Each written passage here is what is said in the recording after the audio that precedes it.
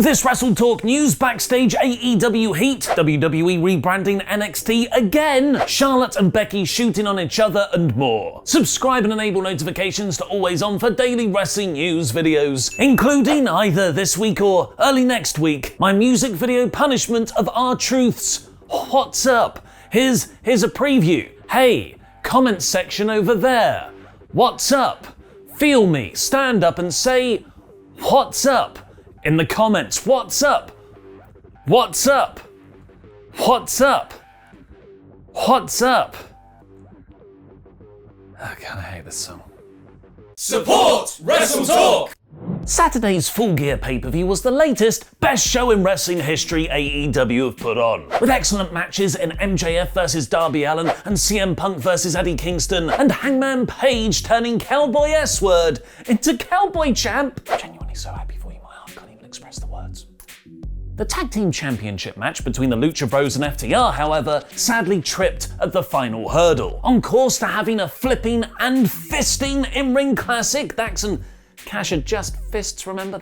Came out wrong. Yet a bizarre finish undid the escalating drama of the match. About 3 sequences past the match's climactic endpoint, both members of FTR rolled out the ring. Cash Wheeler re-emerged in his Super Rana disguise, which FTR had used to win the AAA Tag Team titles. But he was pinned by the Lucha Bros despite not being the legal man. We were all trying to figure out what FTR's plan was here. It seemed to be a distraction setup, that Phoenix and Pentagon would go for Cash when it was actually Dax they needed to beat. But Dax was nowhere to be seen, and the match ended. In the post-show media scrum, Tony Khan revealed that Dax picked up an injury during the match, so Cash went to the finish. And now, thanks to Fightful Select's Sean Ross Sapp doing some digging, genuine pops for SRS by the way folks, he's a fantastic journalist and an even better human being. So show that man some love on Twitter and in the comments section down below. Dax was actually knocked out, or nearly knocked out, about 10 minutes into the match by Rey Fenix, and was sidelined for a good portion of the remainder of the match, which is incredible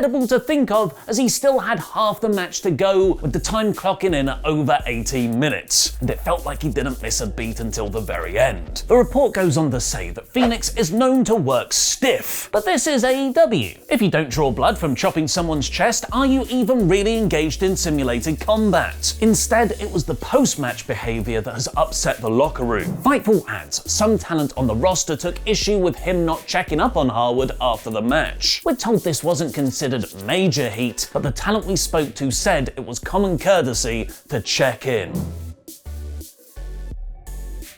Before we get on with the rest of the episode, I'd just like to say a huge thank you to this video's sponsor, Raycon. Their everyday earbuds you can get a huge 20% off of now at buyraycon.com/WrestleTalk News. Yes, I'm a wrestling fan, but I'm also a gadget fan. Orange scented diffusers for the office that make Andy Datson cough. A bracelet that would give me an electric shock every time I wanted to eat unhealthy food. A one-man portable sauna. I bought a lot of stuff in my time, I've thrown all those away, but every now and then I do strike gadget gold. And honestly, wireless earbuds are one of the best things I've bought in the last 2 years. We even use them to record the WrestleTalk podcast. Screw you, wires! And you can't get better value for money than the Raycon everyday earbuds, which now have an improved rubber oil look and feel, a built-in mic to take calls at the press of a button, which is really handy, a massive 32 hours of battery life, 8 hours of continuous playtime, a 45-day free return policy, and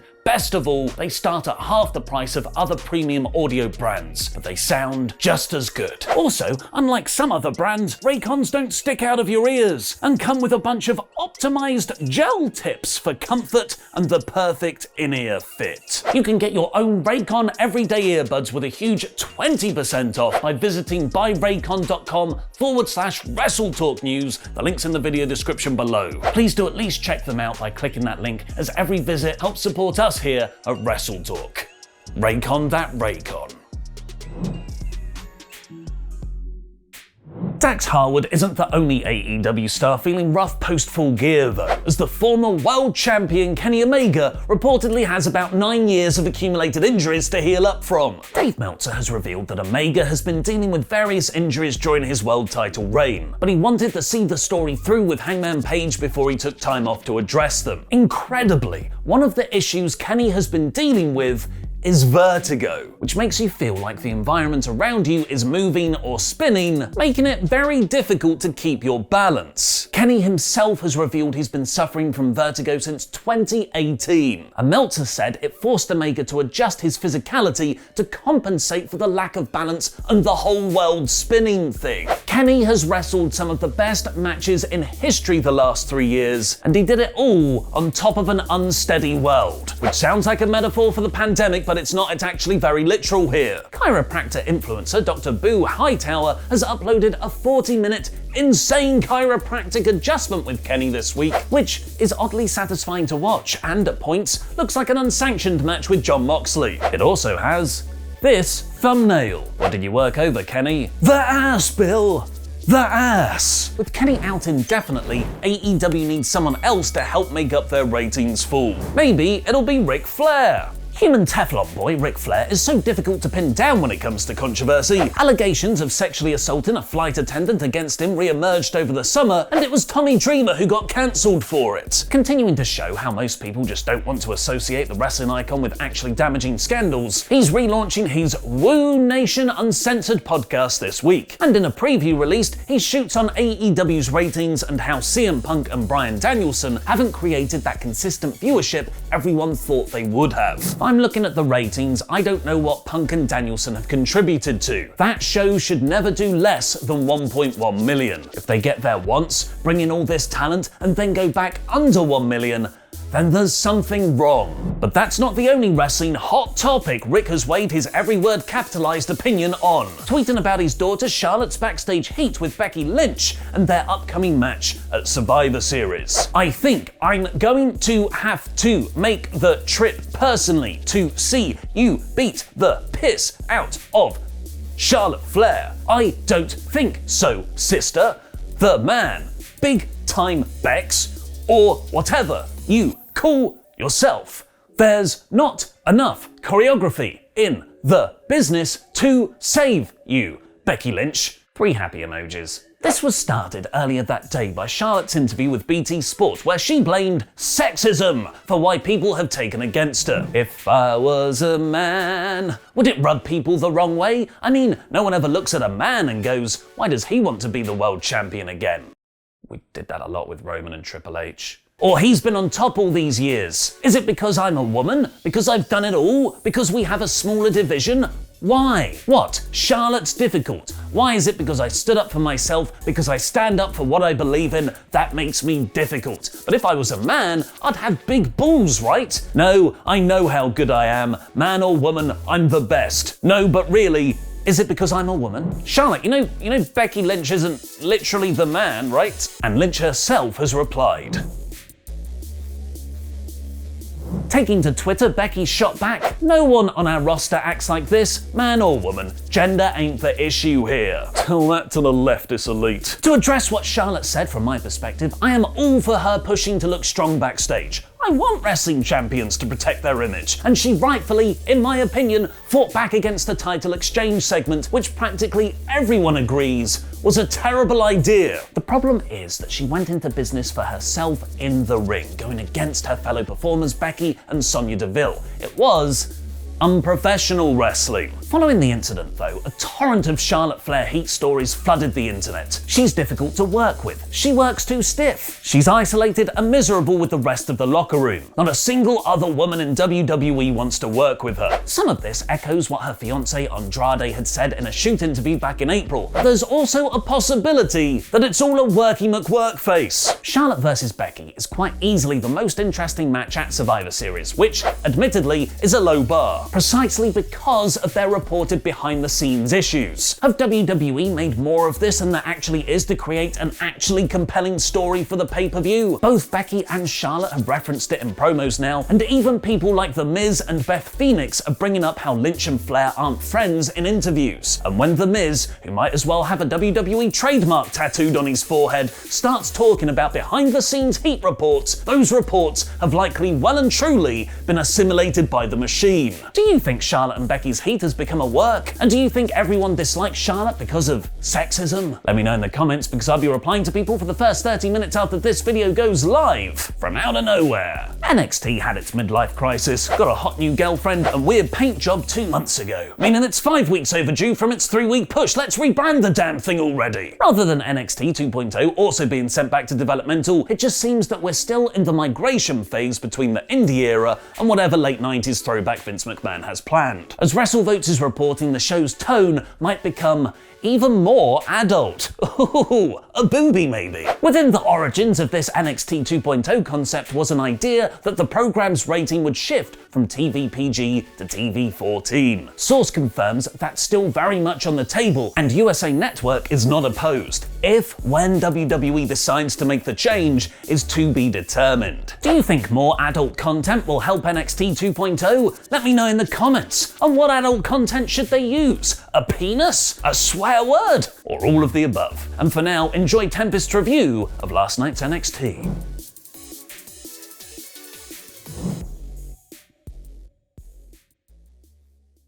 I'm Tempest and I'm gonna rant about NXT 2.0 for a few minutes. Genuinely, what are we doing with this show at this point? It feels like they're trying to get rid of the wrestling from this wrestling show, and I know this is WWE and that's basically been their mantra for the last 20 years, but my god, they looked at the TNA segment where they went and played Go Fish in the Ring, and it was maybe the worst thing TNA ever did, and said, haha, we can top it. Let's have them play poker for 15 minutes with a crowd that can't see the cards. Duke Hudson and Cameron Grimes' poker showdown on this show was maybe the worst NXT segment of all time, and that may or may not include the actual NXT game show. At the very least on NXT 2.0, you might be guaranteed to have one good match on this show, but we didn't even get that this week. We opened with Dexter Lumis and Tony D'Angelo, two comedy characters having a 5-minute match, and afterwards there was a 3-way promo with Carmelo Hayes, Pete Dunne, and Johnny Gargano that had precisely no heat. I'm sure their triple threat match next week will be excellent, but as a way to open this show, this was average at best. Following that, Odyssey Jones and Jacket Time took on Diamond Mine, and of course WWE just can't help themselves as Odyssey Jones pinned the Cruiserweight champion Roderick Strong. We can't have a single week where an NXT champion is not pinned on this show. Why even have belts? Why even have matches? As Grayson Waller said on this show, wins and losses don't matter anymore.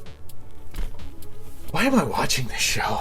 We keep getting these dumb-ass skits from MSK traveling all over the world for some shaman that's gonna teach them how to be a tag team. I don't know, I don't care. Grizzled Young Veterans stole Toxic Attraction's tag team titles so that Zach Gibson could show his grandmother that he was a champion.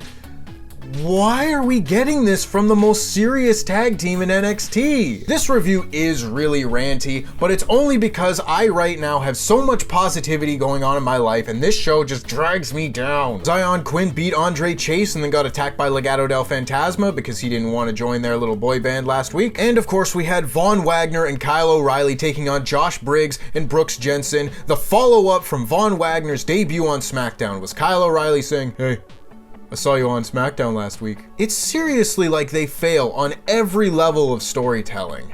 It's truly impressive when you think about it. And we had a terrible handicap squash match as Persia Pirotta took on two jobbers, beating them with a double Samoan drop that you could see one of the jobbers just setting up on her own. Robert Stone was watching though, you know, because they fired everybody else associated with his act, so he just has to start recruiting new people. And we had a promo from Tommaso Ciampa calling out much of the NXT roster, including Carmelo Hayes for saying the North American title is the top belt in NXT, and Grayson Waller for not paying his dues. And then he was interrupted by Braun Breaker. You know, Braun Breaker, who was beaten clean at Halloween Havoc, said he was going to rack up a few wins before challenging for the NXT Championship again, has had one match, and came out here to say that he wants to be NXT Champion. The one good thing on this show did come from this segment, however, as Tommaso Ciampa said that Braun Breaker has less than a 33 1/3 chance of winning. That's right, I love me some Steiner maths. Or I guess Breaker maths, as it would be here. And the main event between Raquel Gonzalez and Dakota Kai was fine while it lasted, but then it ended in a DQ. Because of course it did. Toxic Attraction all attack Raquel Gonzalez before Cora Jade and Io Shirai ran down to make the save, setting up the War Games match that we will have at NXT War Games,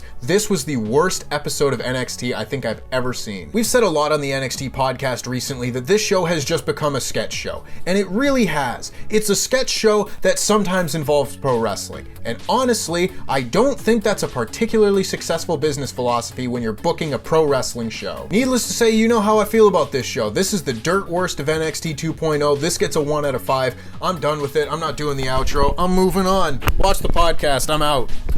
Sometimes it's bad booking. Others, it's the fans. And occasionally, things just go plain old wrong. I'm Ollie Davis, hailing from parts unknown, and these are 10 times wrestlers visibly hated their own matches.